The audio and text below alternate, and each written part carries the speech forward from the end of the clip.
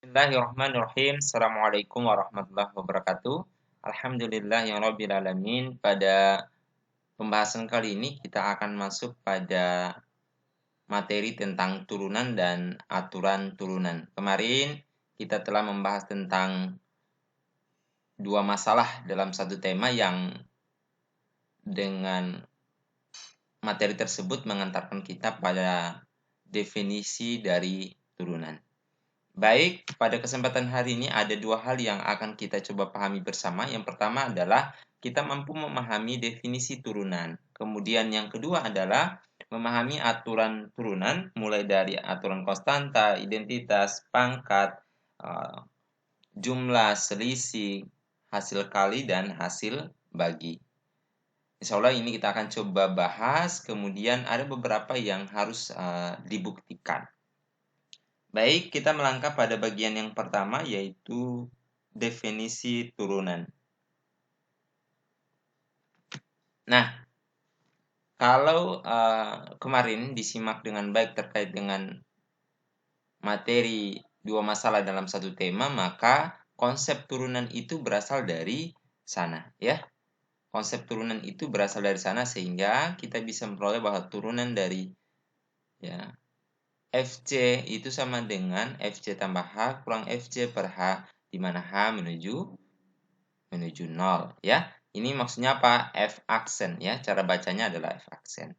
Nah, jadi kalau secara keseluruhan definisi turunan itu bisa dikatakan sebagai turunan sebuah fungsi adalah fungsi lain, ya. Jadi turunan dari suatu fungsi itu fungsi lain juga. Nah, fungsi lain itu dikatakan sebagai fungsi atau F aksen yang nilainya pada sebarang bilangan C adalah ini, ya. F aksen C itu sama dengan limit Fc tambah H dikurang Fc per H menuju 0, ya. Artinya bahwa ketika hanya dekat dengan 0 atau jarak antara dua titik itu sangat dekat, maka jarak ini juga akan menjadi sangat dekat. Nah, sebagai catatan, konsep ini sudah terlihat pada kemarin kasus tentang gradien garis singgung, kemudian kecepatan sesaat, kemudian misalkan perkembangan mikroba dan lain sebagainya. Itu merupakan tidak lain tidak bukan konsep dari turunan.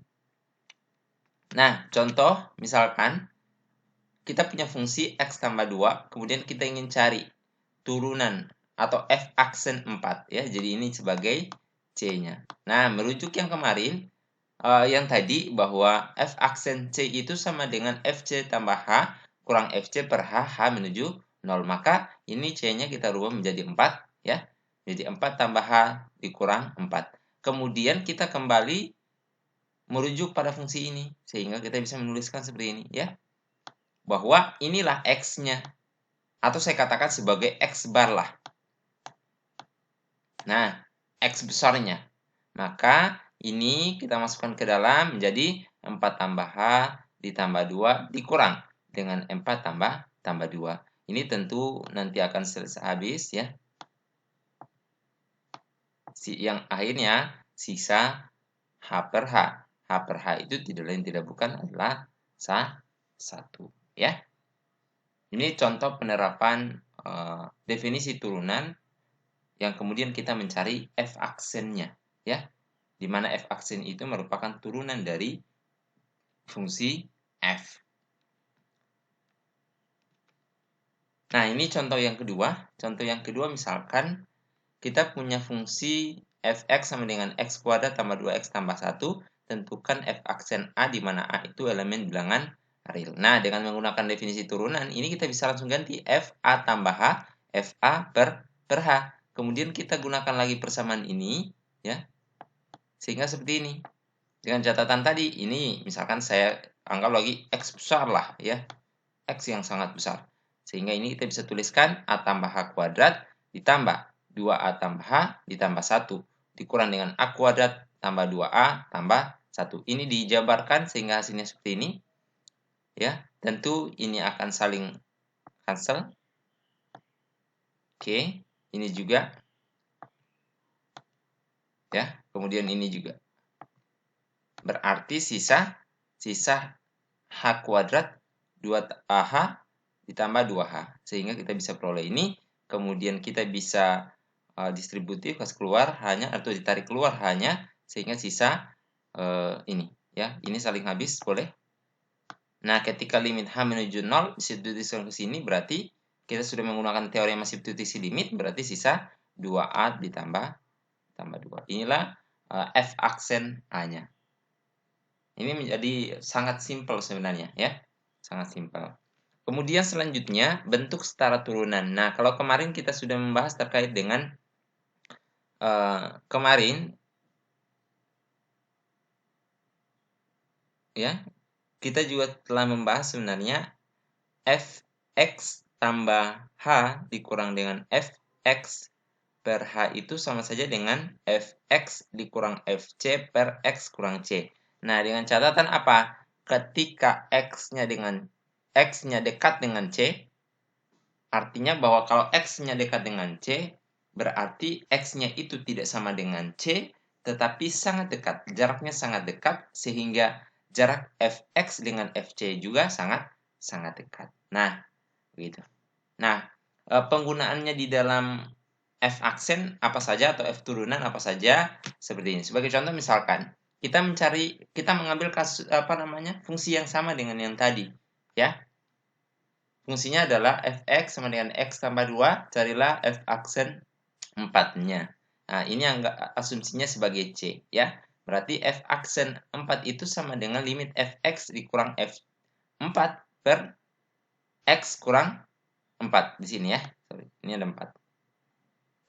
Nah, berarti ini juga 4.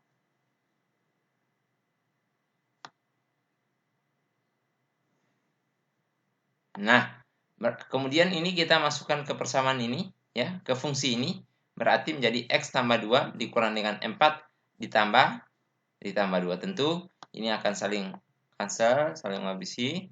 Sisa x kurang 4 per x kurang 4 itu sama dengan 1. Silakan dicoba untuk yang nomor 2 tadi sebagai tugasnya, ya.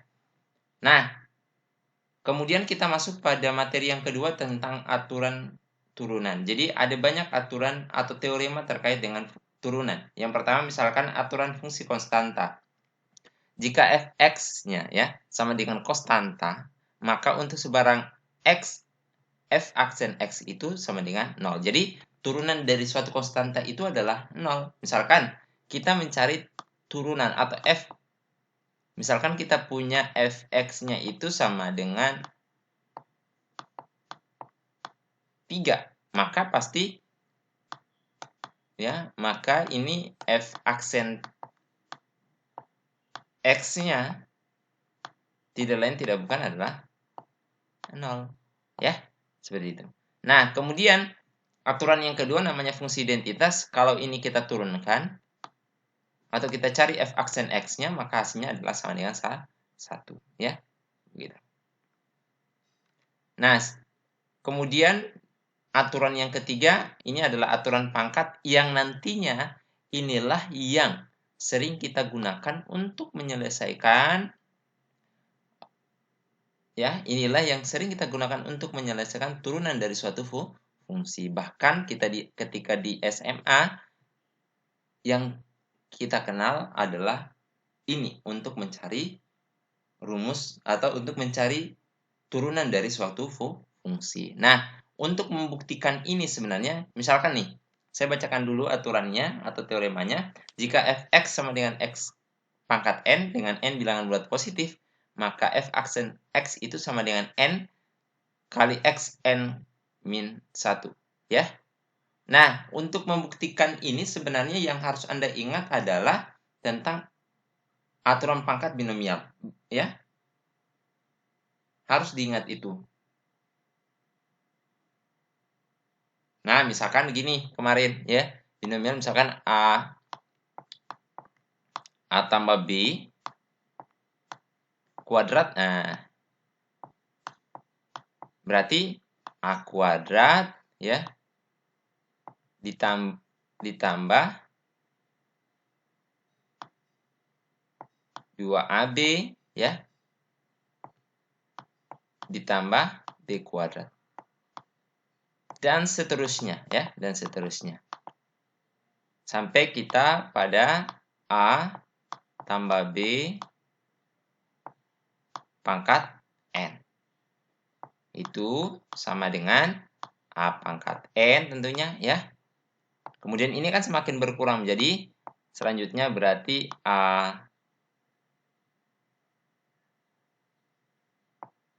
ya, selanjutnya berarti N ya. A pangkat N min 1 ya. Kemudian dia muncul B. Kemudian sampai seterusnya sampai dengan N ya.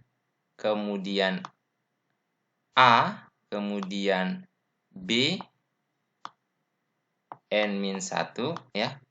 Kemudian kita tambah lagi namanya B pangkat N.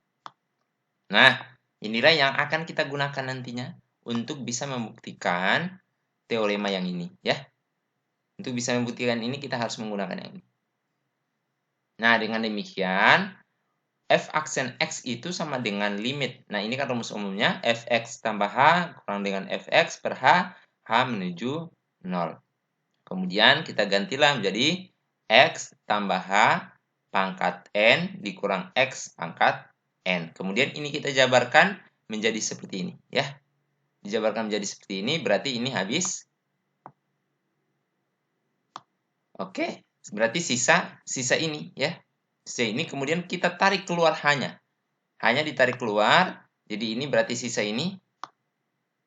Kemudian ini berarti sisa h pangkat n ya. Dan seterusnya diper dengan h. Nah, sekarang coba perhatikan. Berarti ini habis ya.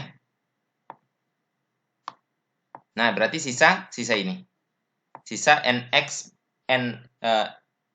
dikali x pangkat n minus 1 sampai seterusnya sampai pada tambah h. Nah, ketika ini kita menggunakan teorema substitusi limit, maka ini kita substitusi berarti ini menjadi 0. Karena sampai seterusnya ini pasti mengandung h, maka semuanya ini 0, ini juga 0. Yang tidak mengandung 0 hanya ada n kali x pangkat n kurang 1. Dengan demikian, kita bisa membuktikan bahwa fungsi fx sama dengan x pangkat n memiliki fungsi lain atau f aksen x itu sama dengan n dikali x pangkat n kurang 1. Sebagai contoh misalkan ini. Kita ingin cari turunan atau diferensial dari x kuadrat.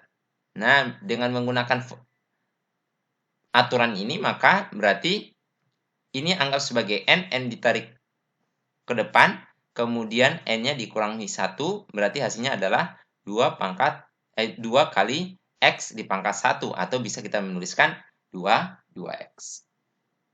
Sehingga ini sebenarnya jalan cepat, ya. Jadi aturan ini merupakan jalan tol untuk kita bisa menyelesaikan atau mencari turunan suatu fungsi, ya, secara cepat dibandingkan dengan menggunakan definisi tadi. Tetapi harus diperhatikan ketika misalkan soal meminta kita untuk mencari turunan fungsi dengan menggunakan definisi, maka gunakan definisi, jangan menggunakan aturan. Ketika misalkan kita dibebaskan, maka ya boleh kita menggunakan aturan. Baik, selanjutnya kita masuk pada aturan kelipatan konstanta. Artinya gini, maksud dari kelipatan konstanta bahwa kita kalikan dulu, kemudian kita turunkan, itu sama saja dengan kita turunkan dulu, kemudian kita kalikan dengan sebuah konstanta. Itu simpelnya ya. Jadi misalkan nih, untuk kasus ini berarti, oh boleh saya turunkan dulu ya, konstantanya saya tarik keluar, kemudian saya turunkan yang variabelnya. Ya, maka ini turunannya apa? Turunannya adalah 2x. 2x dikali 7 hasilnya adalah 14x. Baik, sebelum saya jauh melangkah, untuk ya untuk aturan konstanta, aturan identitas, untuk membuktikannya, cara pembuktiannya menggunakan definisi turunan yang tadi, yaitu limit f x tambah h dikurang dengan fx per h dekat dengan 0 atau h menuju 0. Untuk membuktikannya menggunakan itu, ya. Jadi sama semua. Nah, sama halnya juga ini itu dibuktikan dengan menggunakan definisi yang tadi. Ini juga sama, ya. Ini aturan jumlah garing selisih, ya.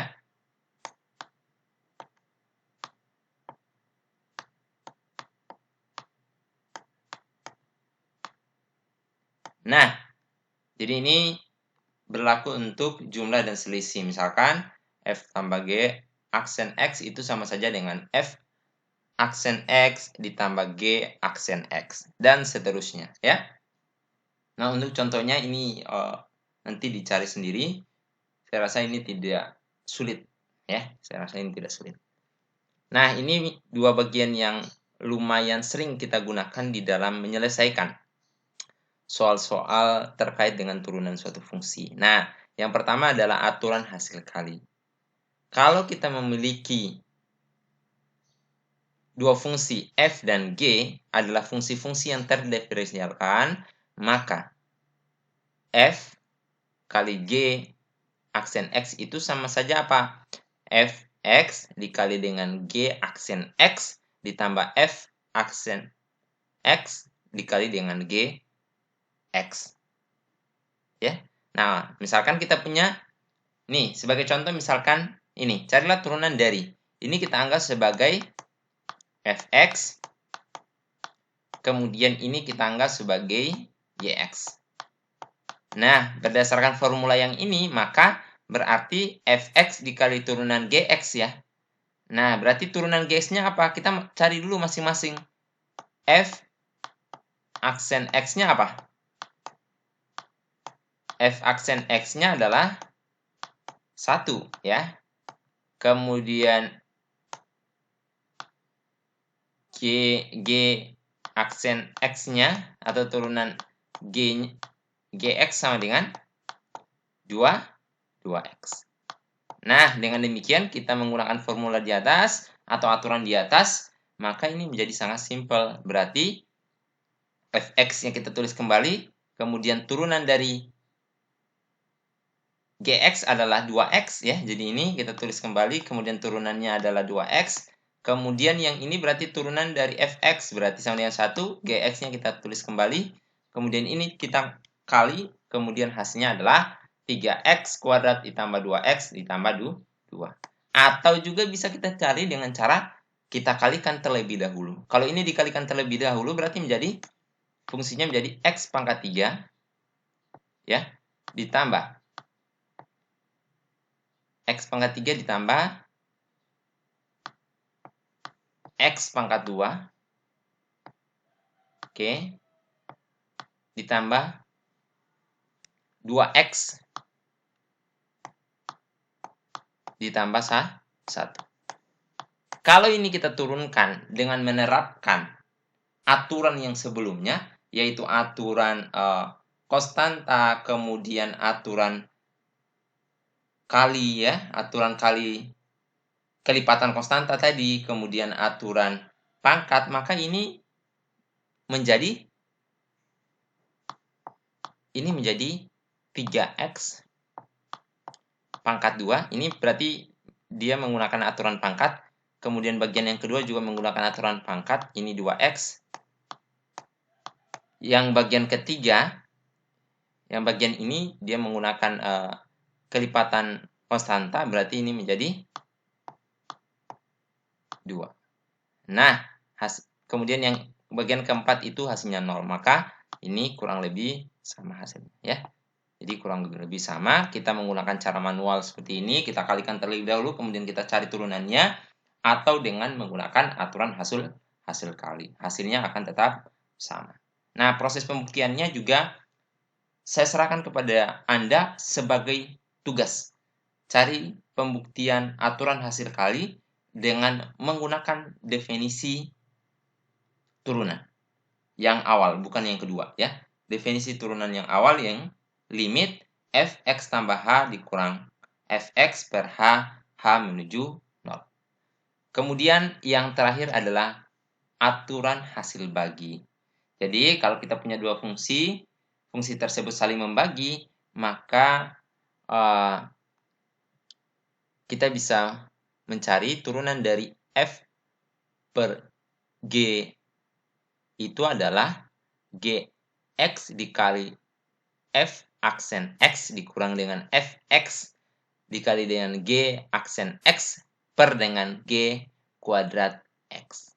Nah, inilah yang nantinya menjadi formula yang akan kita gunakan untuk menyelesaikan turunan dari dua fungsi yang saling membagi. Nah, sebagai contoh misalkan, kita coba cari turunan dari x per dengan x tambah 2. Nah, tentu ini kita asumsikan sebagai x, ini sebagai gx. Nah, langkah pertama yang harus kita lakukan sebenarnya kita cari dulu satu-satu. F aksen x-nya apa? F aksen x-nya adalah 1, ya. Kemudian g aksen x, g aksen x-nya juga 1, ya. Nah, dengan demikian ini akan menjadi sangat mudah ya. Berdasarkan formula ini berarti gx dikali f aksen x, berarti gx-nya apa? X tambah 2 dikali 1. Kemudian yang selanjutnya apa? Fx dikali turunan gx, berarti turunan gx-nya apa? 1, berarti x dikali 1. Kemudian ini kita proses, berarti ini menjadi 3x ditambah 2 diper dengan x kuadrat ditambah 4, x tambah 4. Di mana ini diperoleh dari mana? Ini diperoleh dari x tambah 2 di pangkat 2. Atau gx di pangkat 2. Ya. Nah, saya kira ini juga pembuktiannya. Untuk buktinya saya serahkan kepada Anda sebagai tugas. Cari buktinya ya dengan catatan menggunakan definisi turunan. Baik, itu saja yang bisa saya jelaskan terkait dengan materi kita hari ini. Ada dua, yaitu tentang definisi turunan, kemudian yang kedua tentang aturan turunan. Baik, saya kira demikian. Mohon maaf atas segala kekurangan. Akhirul kalam, wabillahi taufiq wal hidayah. Wassalamualaikum warahmatullahi wabarakatuh.